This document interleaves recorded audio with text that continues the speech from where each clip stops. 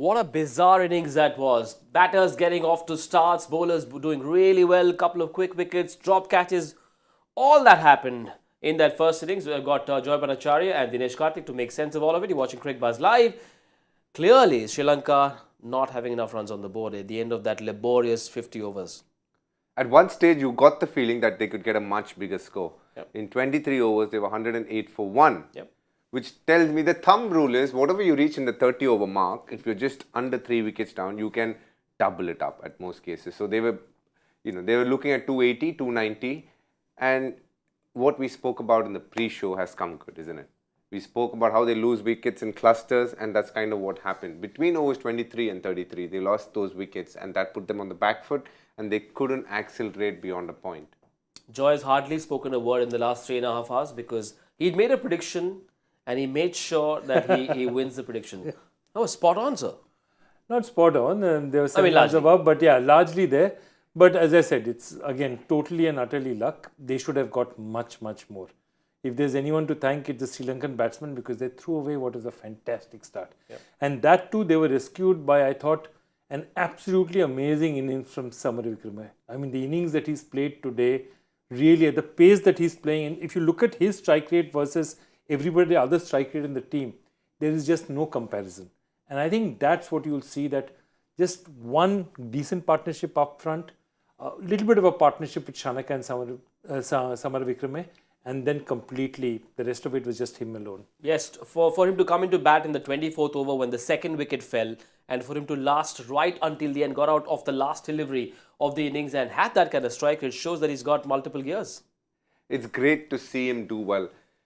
In the distant past, not so distant, a little bit, they used to depend a lot on Niroshan Dickwella. Yeah. And I think he was a bit of a, hot and cold sort of a player. When he did well, he looked flashy and good. But in between that, he obviously produced a lot of scores which weren't up to the mark. But here they have Samarawickrama, who's just gotten into the test team and done decently there. But now in the limited opportunity he's got, has looked really good. You got to understand that Kusal, Mendis is their designated keeper and Samarawickrama is a keeper as well. So here he's got an opportunity to bat at 4 and looks like he's kind of sealed that spot. He's also coming in a place where there's been good batters in the last 4-5 years. Angelo Matthews, Dinesh Chandimal. So he's just replacing some big names in Sri Lankan cricket and it's good to see him do well. Second time against Bangladesh. The first time they played, he got a 50 as well. Good to see him back it up with another 50 against Bangladesh. Yep. So for me, this tells me here is a man who's able to think correctly, use the situation and bat well. Sri Lanka fans looking at this batting card and they'd be asking themselves, what if Kusal Mendis had stayed on? What if it capitalized after a very hard-working half century? 50 of 73, done all the hard work and then, well, actually, out. Two things we should count out there. One was that over that you used 2 overs, after the 23rd over, the 24th and the 26th overs, Shoriful came and got those 2 wickets. And I thought that totally stymied the chase. I think that those wickets in the middle, and we'll come back to it. And I think we need to discuss in detail how well today Shakib has used his bowlers. It's something that we need to talk about. It's a test case, how an experienced captain could do it. But I want to talk a little bit more about Samarawickrama. I mean, interesting character. He's made his debut in 2017. St. Thomas, again, one of those, Sri Lanka has these 3-4 schools which produce all the best cricketers. So he's he's one of those, he's from Thomas, he's from St. Joseph's. And a great cricketer, makes his debut. But then again, as you said, lots of big cricketers out there in that position, not having that form. And now, really, last year he made his thing with the Lankan Premier League. Yep. He was the top scorer. This year he gets 234 runs in the Lankan Premier League. 10 innings, just 1 match in which he didn't get to double figures. So again, solid season out there. On the back of it, they've rewarded him. And look what he's done with the reward. And if you see that kind of quality that he's given for you today, again, we've been talking about it. There would be scouts in the IPL who'd be looking at it and saying, it's got a fairly decent game to him as well. Yes, there is another man that will be talked about a lot more. This is an insight that I borrowed from DK, but I shall not talk about it. We'll let him tell us about that man once we come to him. But Sadeera Samarawickrama seems to have this big appetite for big runs. He's someone who enjoys the big stage. He likes to be in the spotlight. I really enjoyed what Joyda spoke about Sadeera Samarawickrama. And why I say that is, when we spoke about hidden talents in different countries, how are they going to unearth that talent? Yeah. here is a great example. Somebody who's obviously made his mark in 2017.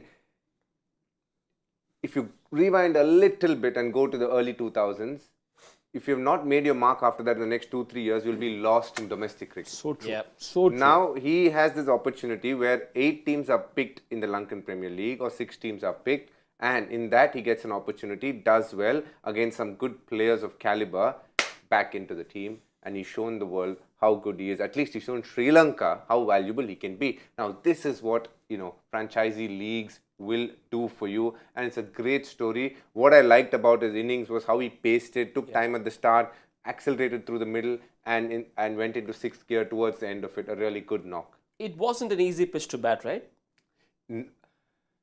Tough at the start, got a little better to bat on as the game progressed, but Kusal Mendis is a key player we have spoken. Now he had the opportunity to do what a Samarawickrama has done. If you see that Kusal Mendis played a shot that he wouldn't be really proud of. Yes, it's an instinctive shot, but on a pitch where he's batted 73 balls, he would know that this is a tough shot to play because it didn't have the pace and bounce that's required. He's taken time here. Batting at a strike rate of just under 70 means you need to accelerate at the back end of your innings, and for that he needed to be there. Now he's gotten out at a time where he's made it really hard for a number 5 batter, and you can see why Sri Lanka struggled after that. Asalanka, Dhananjaya De Silva, and to a bit you can say Shanaka as well, but Asalanka and Dhananjaya De Silva played about 40 deliveries amongst them, just getting the 16 runs, 39 deliveries for 16 runs. Now that put the brakes on them. Well, at that stage, that is what does when you play a bad shot. It's just not your wicket, it's the repercussions that happen soon after. Asalanka found it hard, slightly slow wicket, and then, Dhananjaya Silva obviously lacking form in this format, not coming good again, some good bowling by Tuskin and Shoriful at that stage, and that is what good teams will do, suffocate you a little bit. And you can see between 11 and 40, which we keep talking about, taking singles and rotating strike and hitting the odd boundary, they have totally got just around 125 runs in that whole space, which is not a great amount of runs. Joy, growing up, watching cricket shows, I remember a lot of these cricket shows would have sponsored segments talking about the turning point of the innings. Was it for you those 2 blows from Shoriful Islam? I think it's in the middle.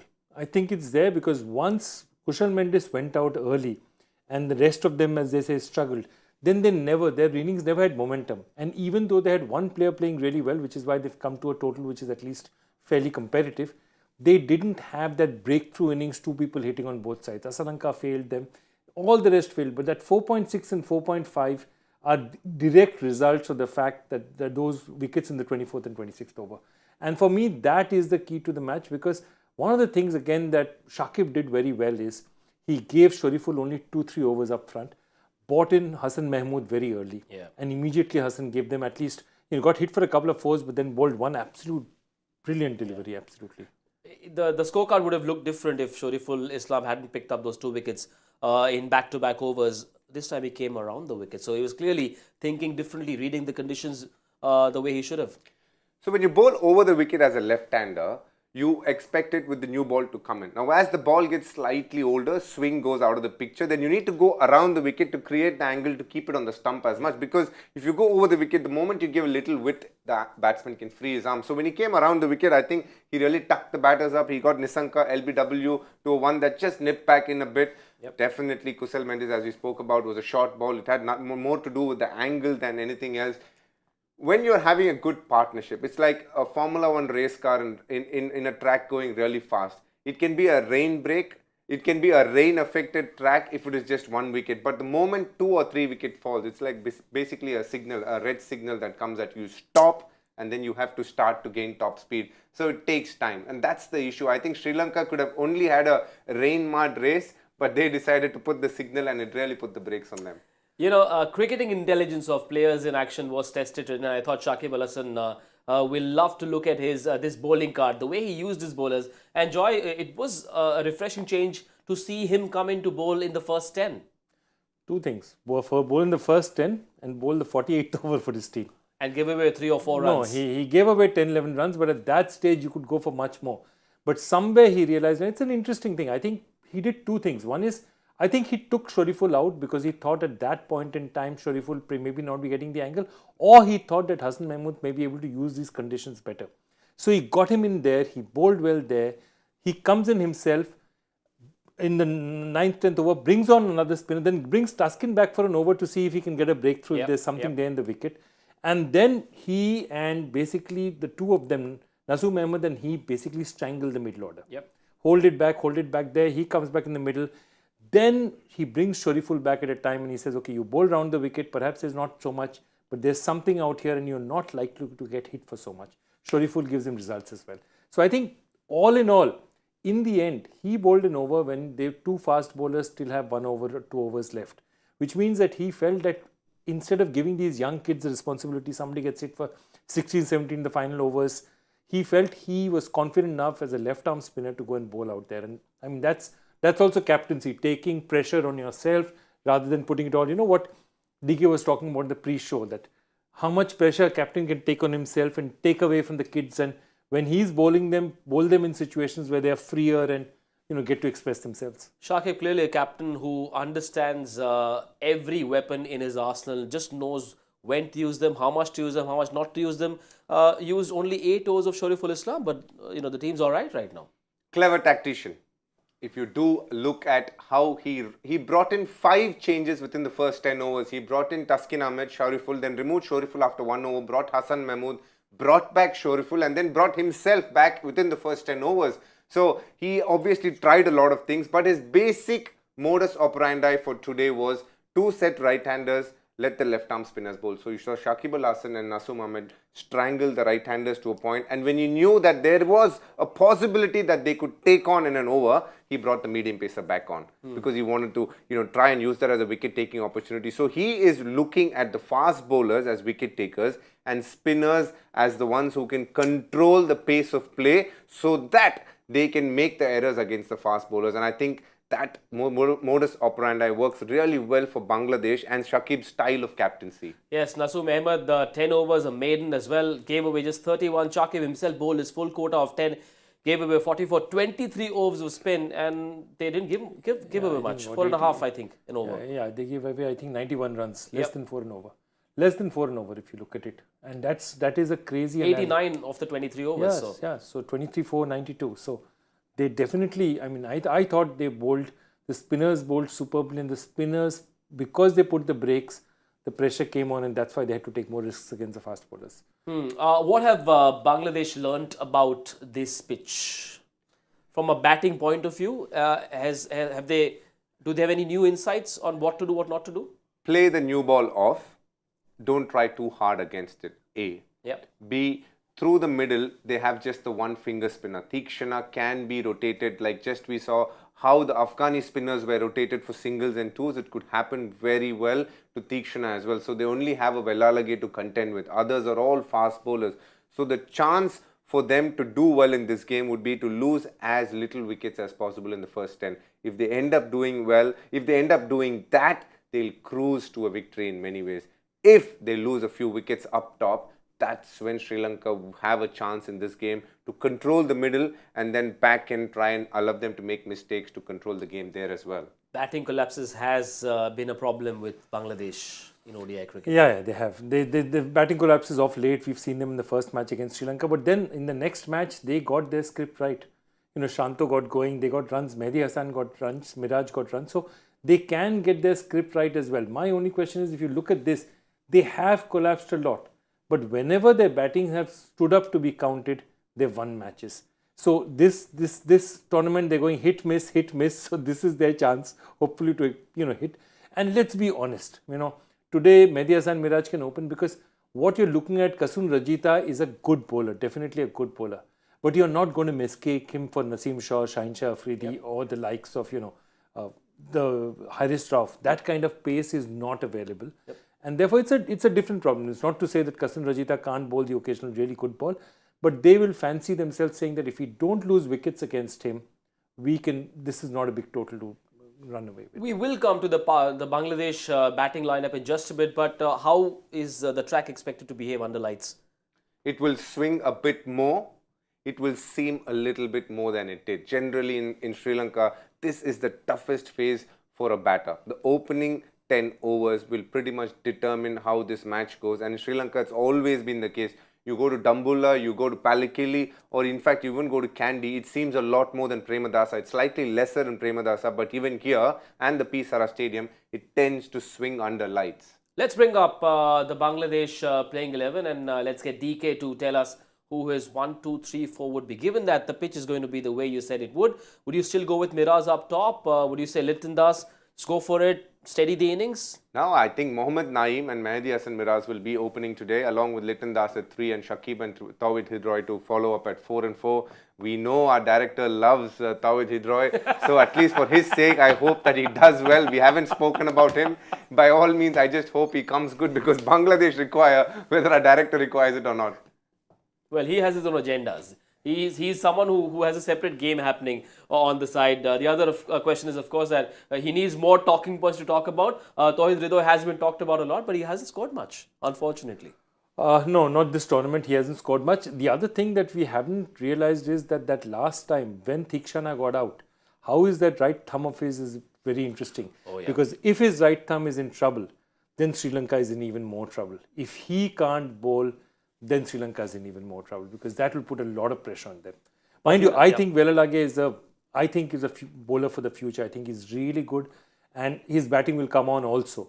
But at this point in time, it's safe to say Thikshana is the center of their bowling. Thikshana and Pathirana to a certain extent. Remember what happened during the last match? When somebody went after Pathirana, as Mohammad Nabi did, then he struggled because he's not experienced enough to take care of the situation, which say a bowler like Hasaranga is used to. Yep. Hasaranga can get hit in one over, but he will not lose it. He'll keep it together. Pathirana is comparatively younger, so it's important for Sri Lanka that Thikshana is fit. Our director, while being busy thinking about Tawhid Hidroy, has also done some number crunching on Liton Das. His numbers have been divided in two categories, two different kinds of teams. These are very skewed numbers. DK, how would you look at this? Runs against Afghanistan, Zimbabwe, Ireland, average 70, and it's a completely different world against other full members. I'm surprised when I look at the other full numbers. The statistics always paint a story. And why I say that is, in the recently concluded T20 World Cup in Australia, boy, he played a knock against India. And he smashed us in that power play. And I'm thinking, standing behind, just watching him bat, man, this guy's got a lot of talent. And he really does have. He has a silken touch. He's got great timing and he has the ability to pick length against fast bowlers really well. And you can see that credentials were so good that the IPL got excited and KKR ended up picking him. So he's a man who's got enormous talent, who's really come good in the last 12 months. And for Bangladesh, yet another player who needs to stand up for them to do well in this World Cup. Massive challenge in front of him to be able to face Pathirana and score confidently. Look, I think the challenge was the previous match, where though he looked really good before he got out. Again, that's the thing with him, you keep seeing him batting. I mean, he hit a 4 through the offside, and you'll see it just looks so beautiful. Some people look really good while playing. He's one of them. He looks really good, and then he gives his wicket away. Very often, he's given his wicket away in this format, and I think it's infuriating if you're a Bangladesh supporter that a person of that talent, perhaps once in a while, just does not keep it going together for as long as he should do. And absolutely, in that World Cup match, he nearly took the game away from us. I mean, yeah, it is a brittle-looking Bangladesh batting lineup, and Pathirana will really fancy his chances with only 257 in the pocket. Pathirana has a handful to deal with the new ball. He obviously has the carom ball which comes back in. He's got the off-spin, which is his stock delivery. Most importantly, he's got a good head on his shoulders. Rather, Thikshana. I got that one wrong. I'm talking about Thikshana. So, but we're talking about Pathirana. So, we want to talk about Pathirana. Right. So, Pathirana for me obviously is a slinger who is, a Malinga type bowler. Yep. And young kid picked up obviously because of how well he's done in the Sri Lankan domestic cricket. But CSK picked him much earlier than what people thought. So, he's been phenomenal, I guess. He's been told not to play Test cricket by Mr. MS Dhoni. Do you agree? It's interesting. MS has said that, and I will agree with him too, because for slinger type bowlers, there's very little on offer at the Test level unless there is a bit of reverse swing. their strengths aren't going to be utilized. If we look at Pathirana closely, his biggest strength is his Yorker and slower ball. And in Test cricket, you can't bowl that. Your stock ball should be the length ball that either moves back or comes back in. And hence, I think that is very sound advice. It makes sense for a Pathirana not to play Test cricket because A, he will put his body through a lot, which his body is not ready anyways. B, he is a very, very valuable white ball bowler. I don't know why I got Pathirana and Tikshana confused, but these two have been Everybody does that. CSK professionals and they've really done well even in Sri Lankan cricket. But what has been really good is the story behind how they have been picked up and how for such a low price to have been picked up and done so well and become the mainstays of a team which has done so well in IPL. And you can see that confidence that they have got from there is translating into performances at the international level. And that is the beauty of where cricket is today. And the beauty of Cricbuzz Live is questions from viewers like you. We have a question that's come in. I suppose it's, I believe, okay, Kapil Verma wants to know, many teams have left-arm swing bowler pacers. Do you think that a good left-arm swing bowler should have been in Team India's ICC Cricket World Cup squad 2023? Clearly a fan of Arshdeep.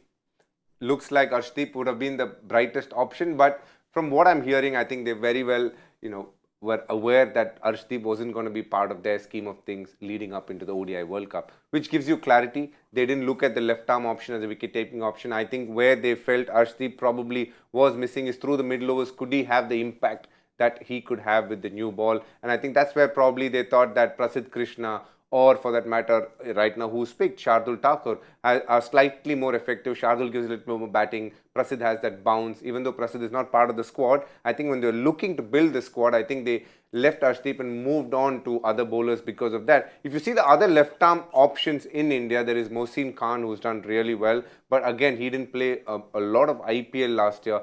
But the other options that India all looked at were right-arm medium pacers. Arshdeep looked the only solid left-arm option. Will they miss a left-armer? Yes, if a left-armer was available of that quality and form, it will always make a difference. You see all the good sides, they all seem to have left-arm medium pacers. So it will be interesting to see how India's bowling line up against a lot of the teams because they don't have that left-arm option. But let's just keep our fingers crossed because we need India to do well, not only for anything else, but I think 1 billion people believe that India can do something special here.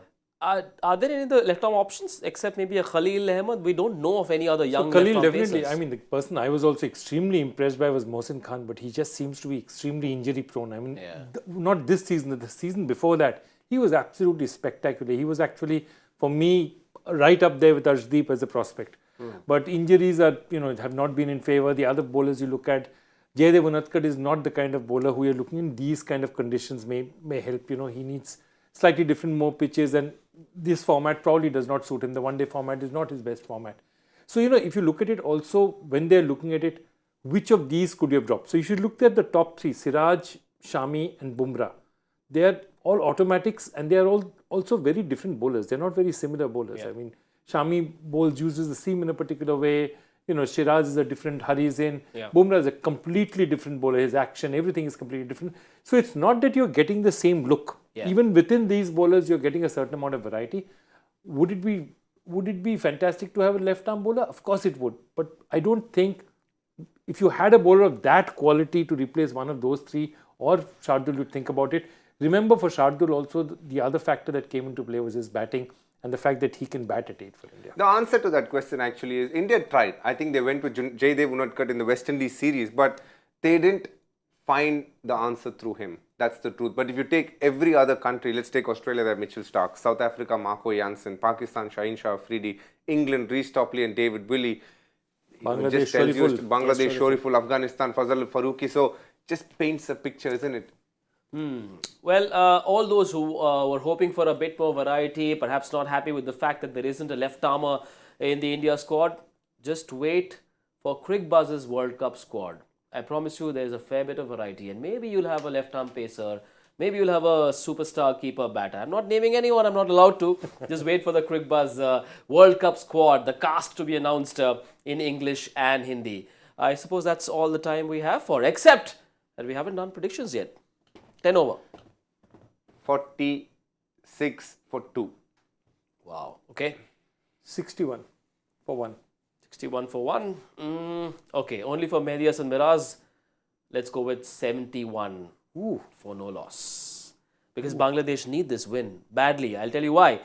This points table will tell you why. They need this win desperately. They've lost their first game. India-Pakistan, of course, play tomorrow. They've got to win and win big for them to have any chance of making it through to the finals. That's it for now on this show. One of these two and I will see you at the 15 over mark on Cricbuzz Combox. Bye for now. Enjoy the second innings.